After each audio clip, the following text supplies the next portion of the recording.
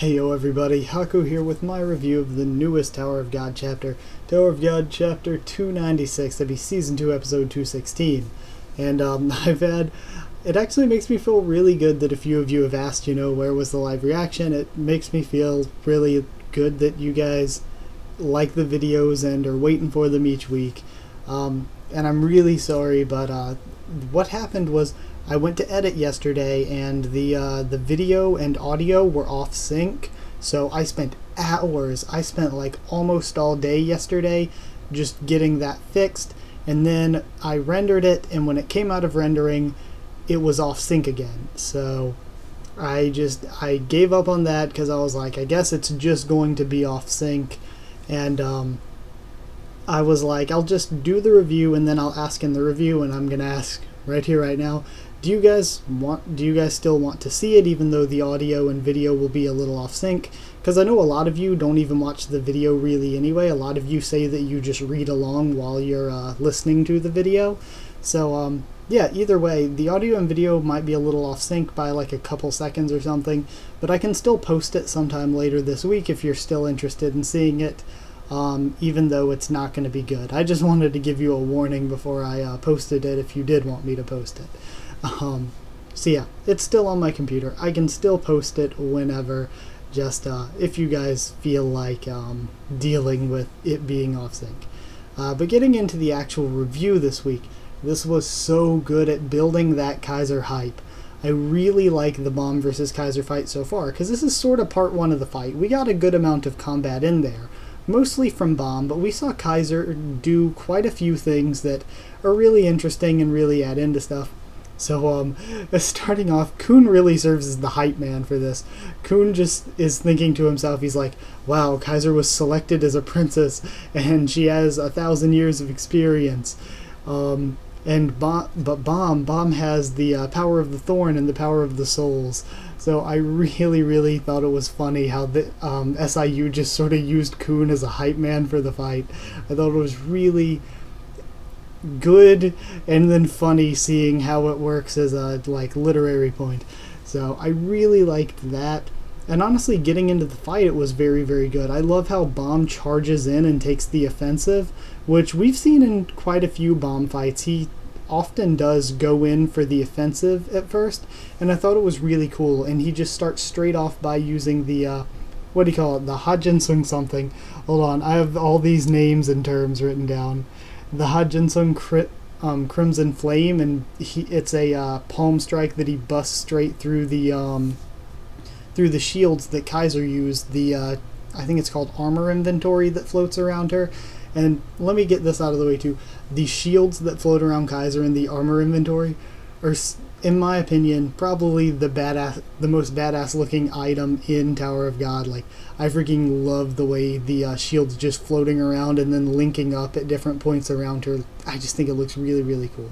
But he goes for that and bursts through the shield and starts going for a couple of physical attacks. And for those of you who care, go back and look at this panel, because this panel, right after he goes and busts through the shield and starts going after her, Kaiser's legs, my boy. Kaiser, oh my god, Kaiser's legs had me this chapter. What the hell? So yeah, Kaiser's smexy legs. And then she actually dodges a couple of Bomb's physical strikes, which I thought was really interesting. So Bomb goes in for the long range attack, which would be a Yuhan Sung Dragon's Breath. And oh my gosh, guys, I love the Yuhan Sung moves whenever he uses them. The way it's always like the swirling Shinsu going in for a strike. I especially liked the Maelstrom when he fought Joaquin. Like, I love when he uses the long range Yuhan Sung moves, even though he says he hates using them. And the Dragon's Breath looked really awesome too. But Kaiser blocks it with her shield, and Bomb's pretty much like, Kaiser, why do you still do everything that you do? Why didn't you just abandon your family, because they're obviously using you? And I thought it was really interesting to see that from Bomb, because ordinarily you'd be like, Bomb's not the type that would abandon his family or whatever, but it's like Bomb doesn't really have a concept of a family. These friends and Rachel are really the only friends he's ever known, the only people he's really ever known. So it's interesting to him that he's like, if somebody's using you, why don't you just leave them? So, really, really cool. But Kaiser, we get a really deep and impactful and feelsy speech, in my opinion, where the first time I read through, I was like, okay, it was an okay chapter. We got through a decent bit of the fight. But going back and really seeing the content of the character stuff with Kaiser and Bomb, it was really, really heavy and really good. Because Kaiser's like, I don't think love is conditional, you know? Love has to be earned, and love has to be repaid. So I think it's so cool to see how all of the warped stuff that's happened to Kaiser has led her to this mindset. And she is just the most interesting character to me right now. I say it like every week, but Kaiser is such a well-written character. She is just so interesting. So I freaking love it.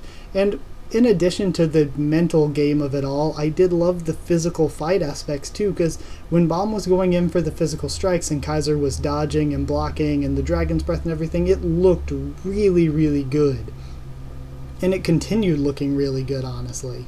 Like, it continued looking really, really good because Kaiser then went in with the invisible arms inventory and just all of the weapons flying around that are all attached to the reel and stuff, just going around, and Bomb dodging and weaving through all of them using the Blue War, which is that little, I think it's the Wan Salsa move that he uses to make the disc under him and stuff. It's just, it was really cool looking. Like, all the panels of him dodging through all the weapons was awesome. And Bomb's like, I can't find an opening, and every opening I can find looks like it'd be a trap. And then, of course, Kaiser as well looking back like, okay, he can tell that the openings are traps. I really loved that, how more than just the physical fight between the two of them are both really thinking out their moves a lot, and it adds a lot to the story with it being just as much a mental game right now as it is a physical one. So, fleshing from that, we actually see that Inietta's still alive. He survived that, reflected and enhanced attack that Ron, Dan, and Jaja threw back at him. Really badass, and he's bleeding everywhere, and we see Ron, Dan, and Jaja approach, and Dan actually asks him about Kaiser and everything, and Dan also confirms that, yeah, the hostages were rescued. So wondering where Pink-Haired Girl is, since we haven't seen her in a bit.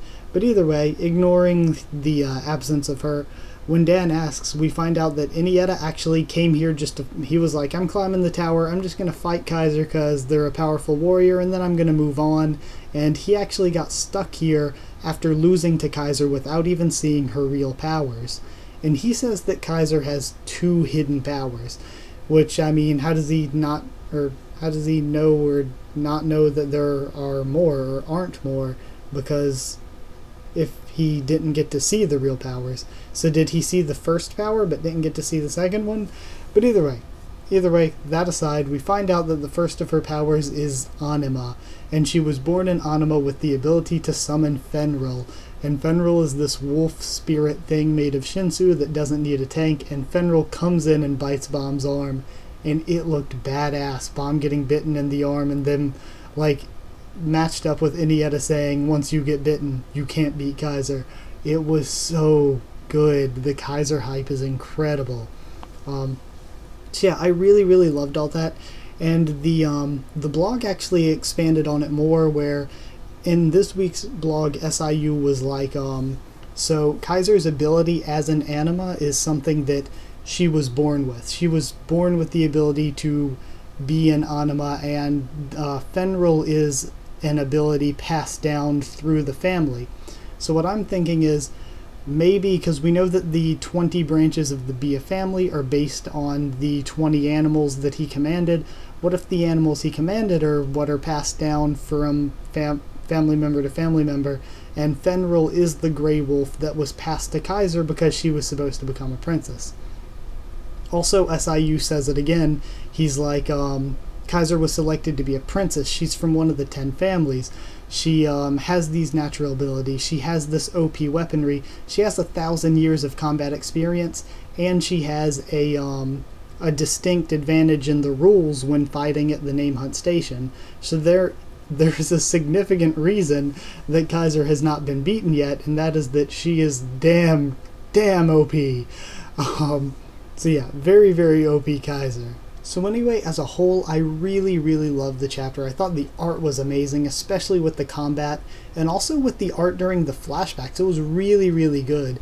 The only sort of lower part in the art was seeing Iniesta. For some reason, he just looked off for some reason this chapter. I don't know what it was. He looked a little bit off. And then, like, the speeches and the flashbacks for Kaiser were completely amazing. The fighting was freaking incredible. It's really hard to give this any sort of negative score because that was all just pretty incredible. And when it comes to the story, a lot of people are saying, oh, we didn't move that far. I think we moved really far because, I mean, I don't think anybody's expecting Bomb vs. Kaiser to be settled in a single chapter. And I think we got through a lot of stuff. We saw all of the basic preliminary moves getting thrown around by Bomb and Kaiser with Kaiser's invisible inventory and Bomb's basic Shinsu attacks. So now we are going to have to move to the next stage of the fight, which is going to involve Fenrir and going to involve probably bigger and badder moves using the Thorn from Bomb. And then when things get done clashing there, Kaiser will probably use whatever her big ultimate power is, and Bomb's either going to have to rise up and stand against that, or get defeated and move us into another thing where we find out, okay, what do we do now that Bomb has gotten knocked back? We need to find a way to recover and push back again. So, yeah, there's a little bit more to go, but I think we got through a significant portion of that story-wise. And then also, like, just for things I personally like, I personally love the way Bomb's new attacks looked, especially getting to see new attacks and getting to see the Dragon's Breath I thought was totally awesome. And then Kaiser's weaponry and shields, and Fenrir too. Fenrir, the weapons and the shields look completely amazing. Kaiser is definitely one of my favorite characters now. And damn legs, I swear. Like I told you guys a couple weeks ago when somebody had asked, I was like, I don't really think of Kaiser. I love the character of Kaiser, but I've never thought of her as like a hot character or a waifu type character. But them legs this week got me reconsidering. So anyway, I'll give this one I don't want to give it a perfect score because I don't think it was quite as good in my opinion as the Ronin and Iniesta fight night, or the original Kaiser backstory, which I thought was just amazing when Alphine was telling that. So I'll give it damn near perfect though, because upon first reading it wasn't that great, but upon reading a couple more times it was really incredible the amount of detail put into all of this. So I'm going to give it 9.5 sexy thighs out of 10. Yeah, 9.5 out of 10. So I hope you guys liked the video. Like if you did like it. Comment down there and tell me what you thought of this chapter and what you thought of my thoughts on it. And also, do you still want me to post that live reaction? Because I can totally still post it. It just might be later in the week because I have a shit ton of other stuff to do. Also, subscribe for more Tower of God. Fukigen no Mononoke's got one episode left. And we're about to start Mahou Shoujo Ikse Gakuen. And yeah, follow on Twitter if you want, and I'll try to keep you updated there on stuff with the channel. And that's it. So thank you once again for watching, and I'll see you all next time.